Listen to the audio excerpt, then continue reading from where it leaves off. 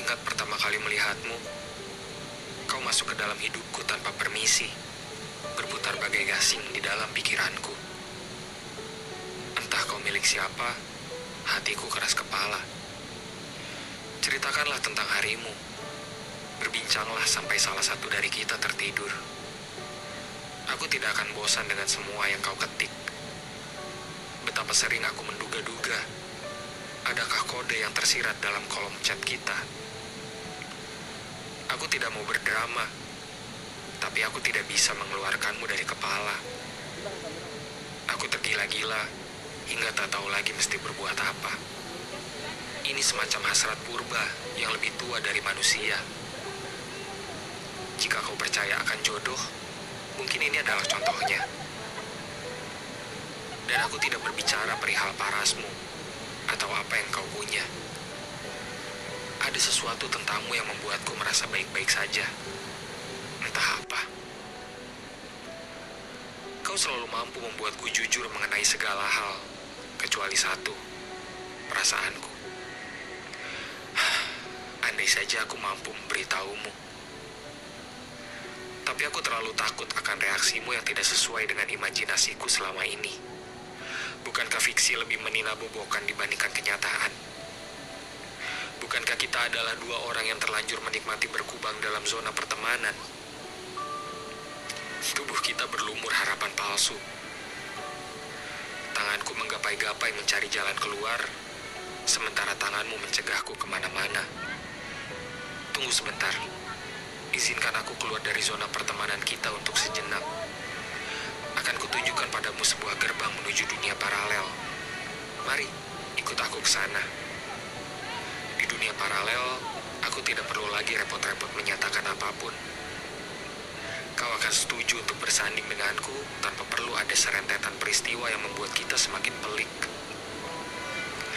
Aku akan menjadi bumi untuk mentarimu, lirik untuk lagumu, hujan untuk bungamu. Di dunia paralel, keadaannya akan jauh berbeda.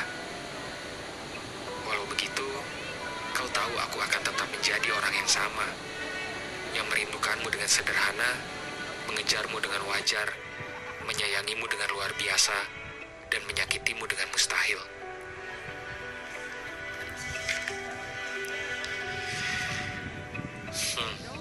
Apakah tangis masih menghiasi pelupuk matamu? Apakah lara masih menaungi keseharianmu? Aku harap kau belajar lagi berbahagia. Jangan khawatir mengenai kabarku. Aku masih mencoba untuk baik-baik saja. Memamerkan senyum palsu untuk seorang badut sepertiku adalah hal biasa. Mana berani aku menjatuhkan hati di sebelahmu. Aku yang hanya bertugas menghibur negeri dongeng ini sudah cukup bersyukur dengan apa yang kita punya. Meski hanya sejenak, sebelum akhirnya sesosok sempurna dengan kuda putihnya membawamu pergi lagi dan lagi. Betapa kau riang setiap kali aku menghiburmu dengan hidung tomat dan wajah bercat putihku. Tawamu lepas, mata coklatmu berbinar. Sial. Beruntung sekali dirinya bisa sewaktu-waktu menatap mata yang seakan tercipta untuknya itu. Ketidaktegasan adalah sesuatu yang ada di antara kau dan aku. Kurang ajarkah jika hatiku berharap lebih setiap kali kau menyandarkan kepala lelahmu di bahuku? Kau memang mahir menuai harapan di hatiku. Menaruh harapan padamu seakan menggenggam duri-duri di batang mawar, membuatku berdarah. Tapi aku tak kunjung pergi. Bak orang dungu, aku bisikan lagi kata-kata rindu, menitipkannya di ketiak malam, sebelum rindu itu terlampir pagi hari di depan pintu kamarmu. Kau tersipu, membalas rinduku dengan senyuman. Ya, sebatas senyuman. Aku tidak pernah tahu di mana sebenar-benarnya perasaanmu bermukim. Menyayangimu adalah soal keikhlasan. Bukan keikhlasan untuk terus-terusan diberi harapan semu, melainkan keikhlasan untuk menyadari bahwa memang seharusnya kau berhak bahagia. Urusan apakah aku yang membuatmu bahagia atau bukan, itu tak jadi soal. Aku harap hari ini kau baik-baik saja. Aku harap kau mengerti arti diamku. Jangan risau. Aku sudah dan akan selalu bisa berpura-pura tersenyum. Tugasku menghibur dunia, tidak kurang dan tidak lebih. Aku hanya sedikit kecewa. Kau tidak bisa menjadi seseorang yang membuat seorang badut sepertiku tersenyum sungguhan. Bagi jalanan, dan dia terakhir satu minggu naik, daan. Ku dengar seseorang berhasil menghancurkan hatimu. Hampir saja aku yang terbiasa bertepuk sebelah tangan ini bertepuk tangan sambil memuji-muji karma. Tapi mana mungkin aku tega melihatmu berduka. Orang bodoh macam apa yang membiarkanmu terluka? Sekali-kali orang untuk menganukan Kau yang kuyakin tercipta saat Tuhan sedang gembira, sebenar-benarnya pantas mendapatkan yang terbaik. Atau jika tidak, izinkanlah aku mencoba memberikan yang terbaik. Kau menangis deras. Katamu, ia pergi meninggalkanmu kedinginan di ujung bumi. Bahkan di saat seperti ini, kau masih berusaha tegar. Kita sama, entah terlalu pintar menyembunyikan perasaan, atau terlalu bodoh untuk menyatakannya. Sudahlah. Sesekali tak apa menjadi manusia biasa. Wajar untuk terluka, untuk membutuhkan tempat bersandar, untuk tidak baik-baik saja. Bahkan orang terkuat di muka bumi pun pernah berkabung. Sembuh itu butuh waktu, bukan paksaan. Saat semua tidak berjalan semestinya, kita bisa mengangkat tangan untuk menyerah atau mengangkat tangan untuk berdoa. Kuharap kau memilih yang kedua.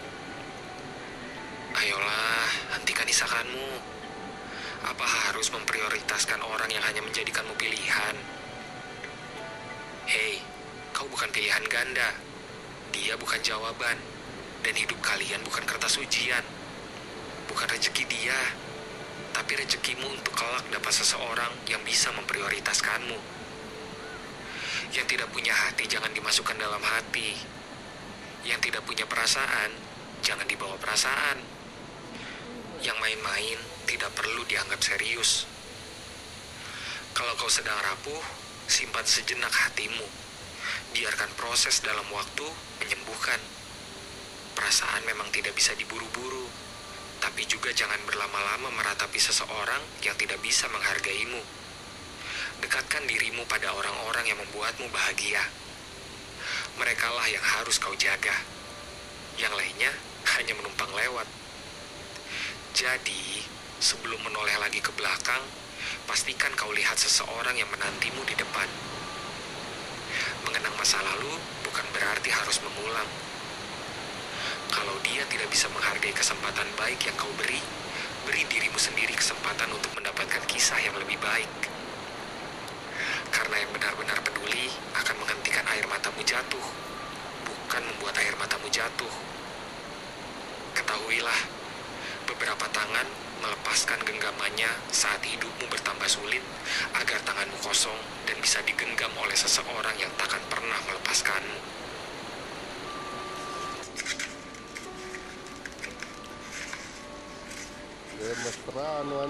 Aku selalu menganggap rela menunggu seseorang itu tidak berarti bodoh.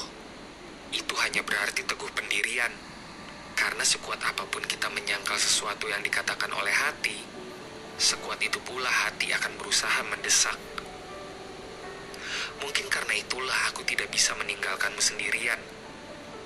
Meski dengan biadabnya, kau bertingkah seolah aku adalah buku harian yang cuma kau isi dengan keluh kesahmu tanpa perlu kau tanyakan bagaimana perasaanku. Kemudian kau mencari penghilang rasa sakit untuk meredakan hari-harimu yang suram. Aku pun dengan sukarela menjadi pemeran pengganti untuk meredakan malam-malammu yang muram. Aku yang mendengarkanmu hingga jam 1 pagi adalah aku yang kau nafikan lagi dan lagi. Kau yang masih tenggelam dalam kenangan adalah apa yang ingin kuselamatkan. Celakanya, aku malah ikut terbenam dalam skenario yang kau ciptakan. Dan kita menjadi tertawa untuk pura-pura tertawa. Padahal, kau dan aku tahu, aku mendambakanmu yang mendambakannya. Sampai kapan kita harus begini? Sampai nyaliku terkumpul untuk kau empaskan? Atau sampai kau terbang lagi menuju pelukan yang lainnya. Ternyata menjadi juara kedua itu sama saja dengan berpacaran dengan seseorang yang tidak pernah ada secara nyata. Kalau kau benar-benar menyayangiku, kau takkan menjadikanku juara kedua dari sejak awal. Menyebalkan. Aku ingin kau rindukan. Aku ingin kau kejar. Aku ingin kau buatkan puisi. Lalu, aku akan bertingkah tak peduli, agar kau tahu rasanya jadi aku.